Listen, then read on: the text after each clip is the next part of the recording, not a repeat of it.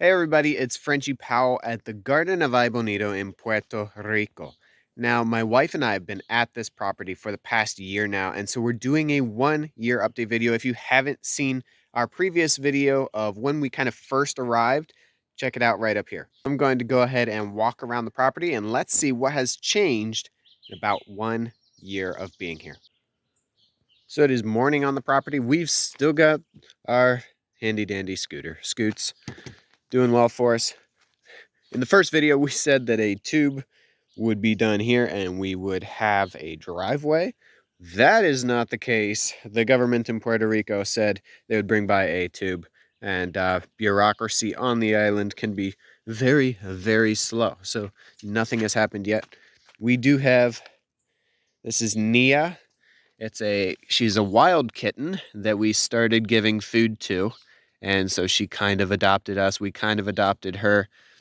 It's kind of been a mutualistic relationship of love. But yes, we didn't buy her. We didn't get her. We just kind of tamed her. She was really scared at first, but in time, she's become our little domesticated predator pet type deal. And so maybe one day she'll help us with rats or mice. But until then, she's just here for sheer adorableness. Yes, aren't you, Nia? So let's go ahead and go up. We've got our entranceway here. And until we get our driveway done, the water does come down here. So I ended up carving right where Nia's at, a little trench here so the water doesn't wash out a lot.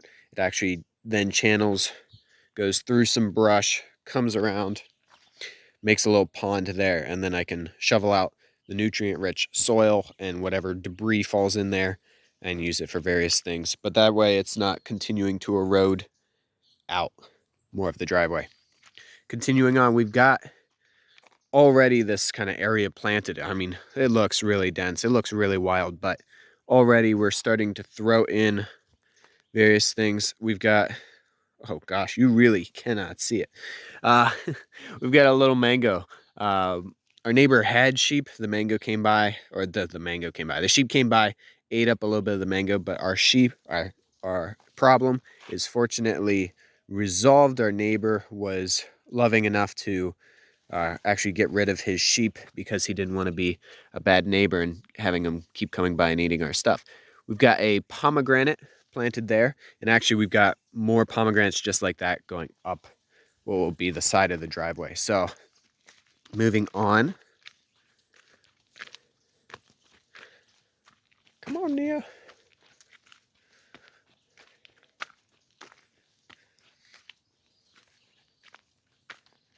All right. And so then we arrive at where the structures are. These weren't here last time. So we are building with a natural building technique called earth bag. All of these sandbags are filled by hand, full of dirt, carried up from, sometimes the soil was down there, sometimes over that hill, all over. Get a little bit of a panoramic view here. But they're brought up here. Each level has barbed wire in between it to hold the bags together. And then we are putting an earthen plaster over it. But we've got one round home, tiny home of earth bag. Then we've got a green roof on the structure. And when it rains super heavy in the green roof, usually it absorbs most of the water from light rains. But when it does overflow, it flows into this big IBC tote. And we have water in there for irrigating plants. Irrigating in quotes, we hand water everything. And then we've got guppies in the tank to keep mosquitoes at bay. We haven't even finished the first structure yet, but we already started working on a second structure because that's how people who love doing projects are. So we've got an earth bag dome here, and these bags are supposed to be UV protected, but I think I got one batch that wasn't, and so a couple are starting to degrade. So we also started cobbing the exterior there. And what this dome will ultimately be is earthen covered. So we're already starting to shovel buckets of dirt all by hand. Again, no machinery used in any of this construction, to cover this dome with dirt and then be a living roof. All this plastic over it is a vapor barrier. I've got multiple layers through here so that it doesn't end up being a swamp inside the structure. So those are currently the builds on the property. We got a ladder going up to the green roof. We'll check that out real quick.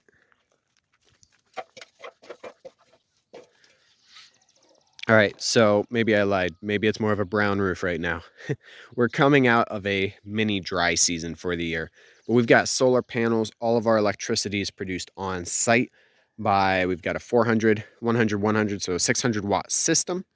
And then we've got planted up here some sad pineapple. It's really hard to live up here, tough living, because we've got very thin soil and it gets baked by the tropical sun up here. So not a lot of plants can survive. What can is this kind of grass that lives up here. It also is the same grass that lives on like the cliff faces. So that's there. We've also got the nopale cactus, so prickly pear cacti that are hanging in. And so we're growing those. Eventually we'll be able to use those to actually cook with, which is what we're going to check out next. So if we come over past the dome, we've got this big black monstrosity over here. This is Chester the Digester. And Chester is a home biogas unit, is the company, Home Biogas. You put food scraps in that chute. It's a big balloon full of water. And all those food scraps break down without oxygen, produces methane, collects in the upper bag, goes out through a hose that connects around to a stove. Here's a soursop tree that we planted. There's the stove. This is our makeshift kitchen area. This is a biochar water filter or charcoal water filter that we made. It functions like a slow sand filter. So if you know a biosand water filter, or if you don't, look it up online. This is a biosand water filter, but made with charcoal instead of majority sand. But we cook our food primarily with that stovetop, all from gas that was made on site. And the nice thing about that is it cost us at time of purchase around $700. And which means at the price of propane on the island, I could buy this, throw it away, completely junk it, throw it away every year and a half to 2 years, buy a brand new one, and I'm still saving money compared to buying propane twice a month or whatever I would need. All right, we're going to do a little plant survey of this first flat. Nothing was here before, but now we've got, I'm going to point out a lot of things and name a lot of names. Some of my plant experts might be able to recognize some of these, but don't feel bad if you don't. We've got a lot of weird varieties. We've got Grumi Chama, it's a Brazilian cherry. We've got a Cuban oregano as kind of a ground cover around it. Purple sweet potato in there tucked. We've got peanuts as well. This is a plantain. We've got a mulberry. This mulberry was a huge success. It started at about that height. In less than a year, it got up to that height. So huge success there. We used some really good planting strategies with that. We've got some little pigeon pea, some Cuban oregano. We got some sweet corn, a variety developed in Puerto Rico. Fingers crossed for that. We can only grow that now that there's, unprotected, now that there's no more roaming sheep. Pigeon pea has grown up. Another plantain. We had sugarcane here. We've already harvested that. This is an apple banana, variety of banana, blanketed by an area of sweet potato. And this stretch is actually a plot of land that we're working on changing this dusty, dry rock into fertile garden soil by all biological, natural means without any importing any fertile soil or compost whatsoever, generating it all on site. We've got a video series on that. Check it out. All right, swinging around. We've got more of like a big batch of Cuban oregano over there. We've got a tomato plant that a friend has given us. We've got some dragon fruit starting to climb up this tree. We've got Malabar spinach climbing up. Pigeon pea right here. Look at that pigeon pea. Small guy, but for some of the others we've got, but still. Pigeon pea, more pigeon pea. This whole area is kind of planted with produce. Another little produce area. But for perennials, we've got acerola, Another one over there. We've got pomegranate tucked back in there. We've got an ice cream bean tucked back in there over the hillside. We've got red cashew, white sapote, guava, and there's one more I'm forgetting, loquat. Loquat. Behind the structure, some of our friends that we made here in Puerto Rico made a pallet table, gave it to us. Wonderful friends. We've got some coconuts that we just got back from the beach actually, and got a bunch of sprouted coconuts that we'll be planting. We've got, this was a chicken coop until we, until we got rid of the chickens. And actually it's much easier not having the chickens for the plants because nothing to scratch around them or to peck the leaves off or anything like that. So we're able to grow more food in total, even though we are sacrificing egg production. We've got another grumichama in here, a little avocado seedling came up. A lot of seeds we throw all over the property, so they pop up everywhere. Again, more coconuts, more pineapples starting in pots. We've got a bamboo plant starting young there. We've got a wampy tree back over that hillside and off in that direction, because even that hillside is ours, like off that direction.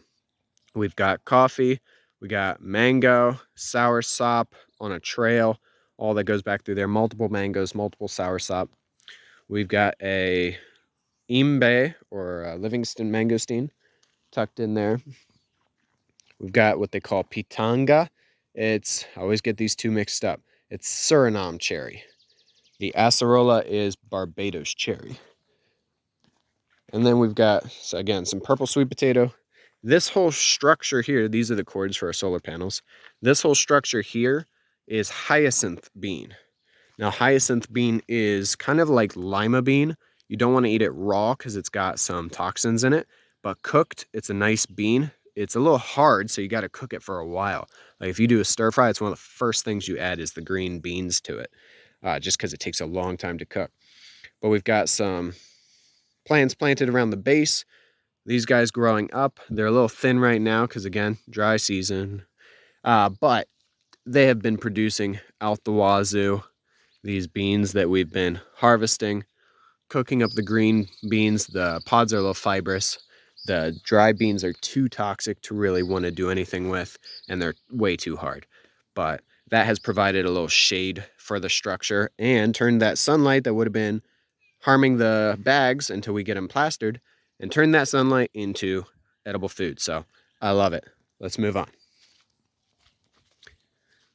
We've started planting dragon fruit around the property, and we put one just kind of in the rocks on this cliff. We're going to see how that does. But so far it grew one new branch. So that was exciting. This yellow hose coming down. We have running water on the property. How exciting. I no longer have to carry buckets of water up from the creek 15 minutes away. But if I turn this on, we have water. All of the water, as we will see, is harvested rainwater. Planted a coconut there. We've got some a mango and some Cuban oregano back there. Behind that tarp is our toilet, and it's a pump flush toilet produced by home biogas, and it feeds into Chester the digester and converts our human manure into biogas. We'll come back here, and there's our little toilet setup. So we'll have to do a video on that sometime, and Chester the digester in general, so keep an eye out for that. If we go over this trail area, it's important to know that when we get heavy rains, and we're in the tropics, so we do get heavy rains, even though we're semi-arid here, all the runoff, by and large, comes down this path. I take that back. I dug a little channel, so it goes down the path, down, waters these plants area in a basin, then comes this way, then goes down this path, hits this earthen berm that I've done, and now gets redirected and into this massive hand-dug pit. And this pit is probably about 4 to 5 feet deep. Went into earth bags. And then when that fills up and overflows, which it occasionally does, it goes down this little gravel channel and into the second pit. Now, these do not turn into ponds for long because we've got a very porous draining soil. So it all drains in, which is nice because all that water, when both of these are filled up or anywhere less, doesn't run off the property and take soil and nutrients with it. Instead, it runs into the soil and recharges the groundwater for much of these trees. Got a little plantain here. We've got a Aibonito there. This hillside we've planted, I mean, right off you can see a dwarf coconut is up there. But we've got all sorts of trees. We've got guava, we've got cinnamon, we've got toronja. What is toronja? Grapefruit. We've got grapefruit, we've got pomegranate, fig. All these pigeon peas are new within 1 year they grew up. We've got a mulberry sticking its head up there. We got a whole bunch of plants. Down this way, where the water eventually will drain off from this hillside, if it's not caught, we've got corazon, which I forget the English one. It's a relative of the soursop. We've got coconuts. We've got passion fruit. We've got mandarins, limes, annatto, cocoa. We've got the works. Or cacao. Depends on how you want to say it. We've got some kalanchoe that we're growing for biogas.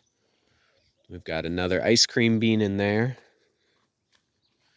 We've got a Nia kitten again.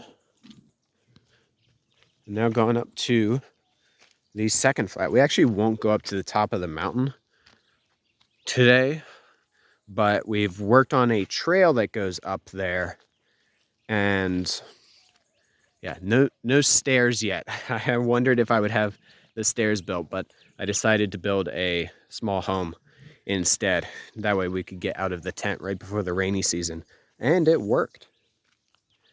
We've got a lemon tree. We've got, tucked behind some of this grasses here, we've got a sweet tamarind.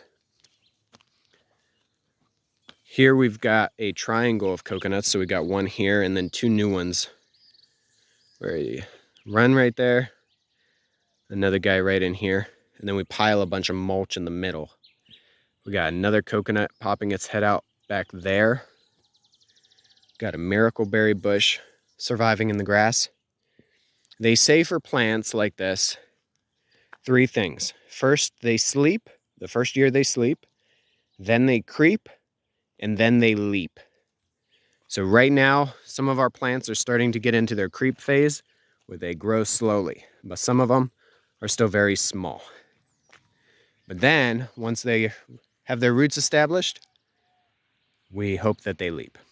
So, what you can't see is a bunch of sheet metal just on the hillside that shingles into one another, channels into this gutter, and that gutter is kind of strapped to some trees, goes into the big tank, and then I manually discharge the big tank into the small tank. And then the small tank runs by gravity, so we got 600 and 300 gallons, runs by gravity to give us our water pressure. That is my very crude craftsmanship rainwater harvesting system. But so far, it works. We've got a small syntropic bed here, so I'm trying to grow a tree in the middle of all that mess. We've got tropical pumpkin, calabaza they call it. We've got cowpea or black-eyed peas. We've got 2 different types of sorghum. We've got pigeon pea tucked in there.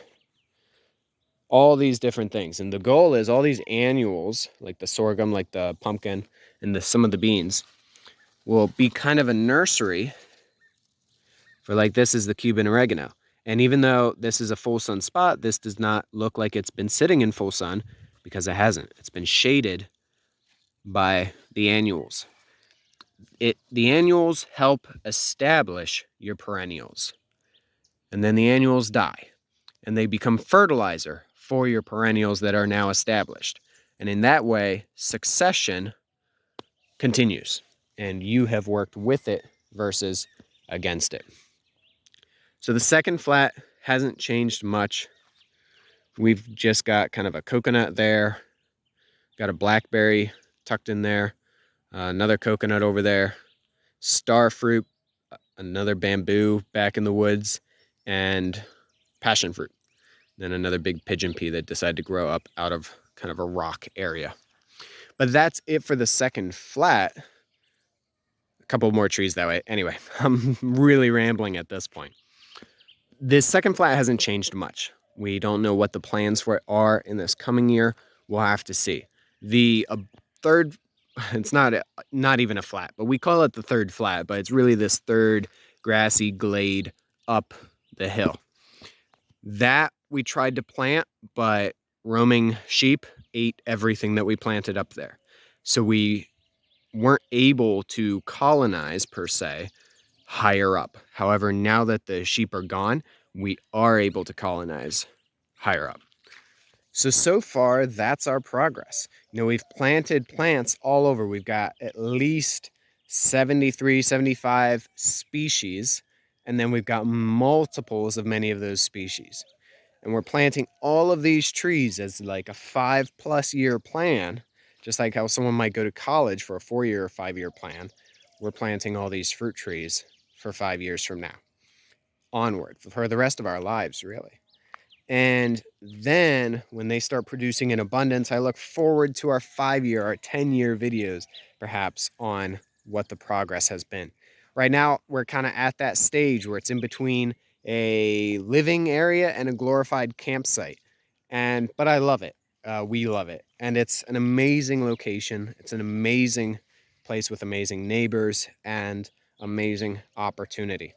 So keep following along with how we do. Keep following along with our other videos and see if you learn anything.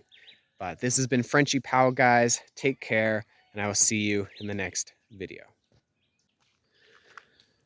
Gotta catch my breath a little bit. It's morning. People shouldn't be walking up hills this early. Whew, I'll cut this out.